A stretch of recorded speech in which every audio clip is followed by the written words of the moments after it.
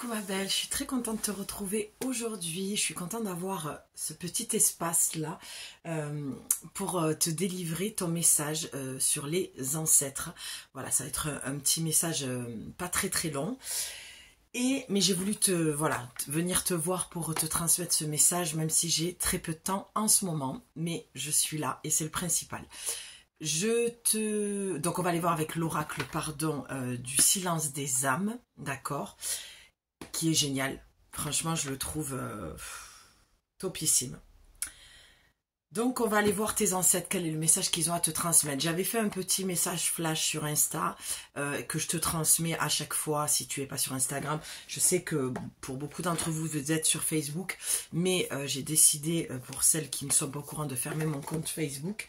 Voilà, je n'ai plus l'appel ni la vibration avec cette plateforme-là. Mais quand même, je te transmets les messages dans les posts, rubrique posts sur YouTube. Voilà, pour celles qui sont sur Instagram, pour celles qui ne le sont pas, je te transmets en même temps que le message d'Instagram, le petit message YouTube que je mets dans les shorts, si au cas où tu ne l'as pas vu circuler. Je ferme la parenthèse et on va aller voir de suite quel est le message que tu dois recevoir aujourd'hui de ton ancêtre, qui peut compléter celui dont je te parle. Voilà, j'essaye qu'il y en ait pour tout le monde et que vous puissiez me suivre là où vous êtes aussi, quoi, sur les mêmes plateformes. Donc n'hésite pas à aller dans les posts parce que des fois je fais pas de vidéo, mais je fais des écrits ou des messages audio que je te transmets, je te fais basculer sur les shorts, les shorts et les posts. Allez, quel est le message que tu dois recevoir ici et maintenant? Qu'est-ce que ton ancêtre veut te dire aujourd'hui? Ben voilà, il suffit juste de se concentrer un tout petit peu. Alors, je ne vois pas, elle est tombée comme ça, donc je vais la laisser comme ça et on va aller voir en dos de deck. Donc, tu as eu le jugement des autres pour se fuir. Donc là, le message de ton ancêtre, moi ce que je ressens, c'est plutôt un ancêtre guide qui vient te dire de faire un petit peu attention dans ta manière d'être avec les autres. C'est-à-dire, peut-être que tu te racontes beaucoup, peut-être que tu es quelqu'un qui fait quand même confiance, même si elle a été blessée, même si tu as été blessé, même... c'est marrant que j'ai dit même si elle a été blessée. Bon, ça te parlera comme ça te parlera, je vais laisser ça comme ça. Je vais pas, voilà, je te dis c'est une petite vidéo de 15 minutes, mais je vais pas m'étaler à aller chercher l'explication. Ça te parlera peut-être. Mais en tout cas, le jugement des autres pour se fuir, je pense que tu fais un peu trop attention à ce que les autres vont penser de toi, à ce que les autres disent de toi. Je pense tu sais, au collectif, au travail. Peut-être que tu as des collègues de boulot à qui tu te confies pas mal et tu as des retours qui font que je vois un gros égal, je me fuis. C'est-à-dire que si tu es impacté par l'avis et l'opinion des autres et du coup tu peux changer le regard que tu as sur toi. Et ça, c'est sur la lignée. Alors moi, je vois une lignée masculine. Donc c'est un ancêtre masculin qui est devenu un de tes guides et qui te dit que c'était aussi comme ça pour eux. D'accord? Je vois beaucoup de travail dans les usines, des travails qui existaient avant, hein, dans les champs, dans ces boulots qui peuvent encore exister, mais qui sont quand même différents, où on brasse beaucoup de monde quand même. Je dirais pas des grosses structures, parce que ça n'existait pas, et c'est pas ce que je vois de l'époque. Mais je vois du travail de mine, à la chaîne, tu vois, et c'est ça que je vois, à la chaîne. C'est un peu le téléphone arabe, c'est-à-dire que tu racontes quelque chose à quelqu'un qui est à côté de toi, ton binôme, ça peut être toi, tu fais un travail de bureau, et tu as ta binôme en face, et vous êtes complices, et tu as tendance à lui raconter des choses. Et le téléphone arabe, tout va être déformé. Et du coup, je te sens en ce moment peut-être un peu perdu sur l'opinion que tu as de toi-même. Je te sens perdre confiance en toi. Et là, on te dit clairement, 4 minutes 44, que tu es protégé dans cette situation, mais que tu dois faire attention dans la manière dont tu communiques avec les autres. Parce que ça va impacter le regard que tu as sur toi, tu vois. Et on le voit bien, ça fait l'œil, le troisième œil. C'est le regard qu'on pose sur toi alors que tu dois aller à l'intérieur de toi, t'introspecter et te faire ta propre opinion sur toi-même, d'accord? Arrêter d'attendre aussi la validation pour être aimé. Et ça, c'est très humain, d'accord? On vit tous des expériences dans ce sens-là, pour être aimé, pour être validé. Et là, on te dit, non, ce que tu as envie de faire, ce que tu es, les projets que tu as, le regard que tu as sur toi, ton caractère, c'est à toi de te valider. Pour moi, ici, il y a un travail de validation à faire et d'estime de soi. Donc, arrêtez le jugement des autres pour se fuir. Ah, ben regarde, en te parlant, j'ai une coupe qui s'est faite. Donc, voilà, ne te fuis pas parce que les autres ont telle ou telle opinion sur toi. Les autres ont... L'opinion que les autres ont sur toi, c'est leur propre projection, c'est leur propre blessure. Alors, j'y mets quand même une petite réserve par rapport à ça, parce que c'est vrai qu'on a tendance à dire, je me rappelle il y a quelques années, c'était souvent « Ah, ça m'appartient pas, c'est de toi qu'il s'agit ». Bon, il y a 2 poids, 2 mesures, il faut faire gaffe avec ça quand même. Il faut quand même prendre sa part de responsabilité. Il y a des fois où ce qu'on va nous dire, c'est pas tout à fait faux non plus. Il y a peut-être une remise en question à avoir, d'accord, et pas rester dans l'ego. Et moi, je suis parfaite, c'est pas moi, c'est la personne. D'accord, donc il y a dans les 2 sens, ne te fuis pas par rapport à ce qu'on pense de toi et ne fuis pas aussi ce que l'on te dit, ce que l'on peut te reprocher. Moi, je vois plutôt que c'est au sein du travail. Prends toujours ta part de responsabilité et avance avec ça. Et laisse le reste aux autres. Il y a ce qui t'appartient et ce qui appartient à l'autre. Voilà, c'est ce que je voulais dire. Ah. Besoin d'innovation, tu vois, tu as un besoin d'innover, c'est-à-dire que dans tes relations, et c'est marrant parce que la carte que j'ai tirée sur Instagram, là, la carte petit message comme ça, pas la carte des ancêtres, j'ai fait la carte avec les portes divines, quelle porte tu dois ouvrir et fermer. Et là, c'était quelle porte tu dois fermer. Pardon, je suis un peu speed, je vais essayer de me poser. Eh bien, c'est en lien. De toute façon, je te le dis toujours que toutes les guidances que je fais ou les micro-messages flash comme ça, tu verras qu'il y a un fil conducteur. Donc, je t'invite vraiment à aller voir sur Instagram et sur les posts et tu comprendras. Je vais la poster demain. Donc là, on est vendredi. Donc, tu l'auras samedi. Bref, besoin d'innovation. Tu as besoin de changer. Tu as besoin de changer peut-être comme je te dis, ta façon de communiquer. Tu as peut-être besoin de changer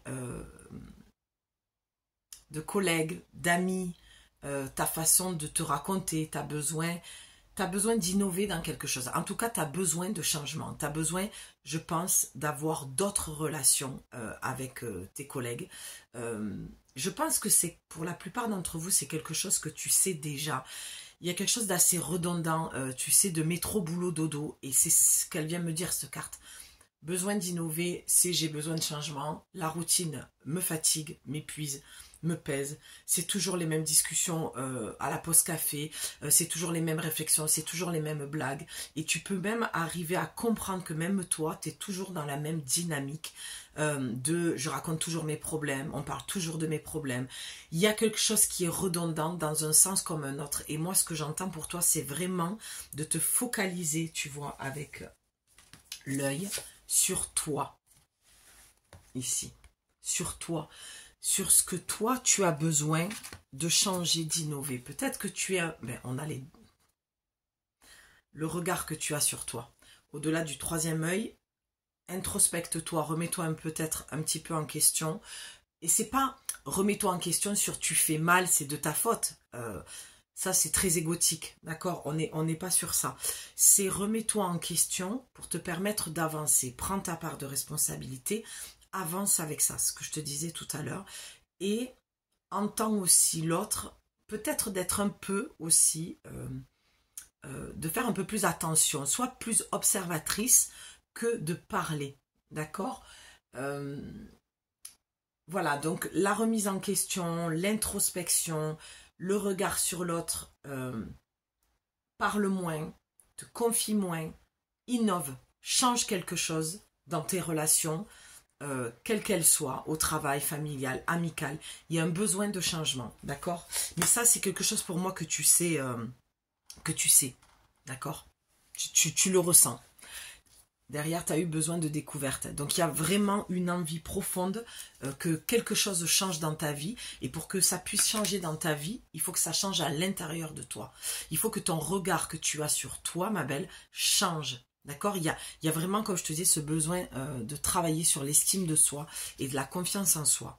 Ah, regarde, passion secrète. Donc, pour moi, ça se précise.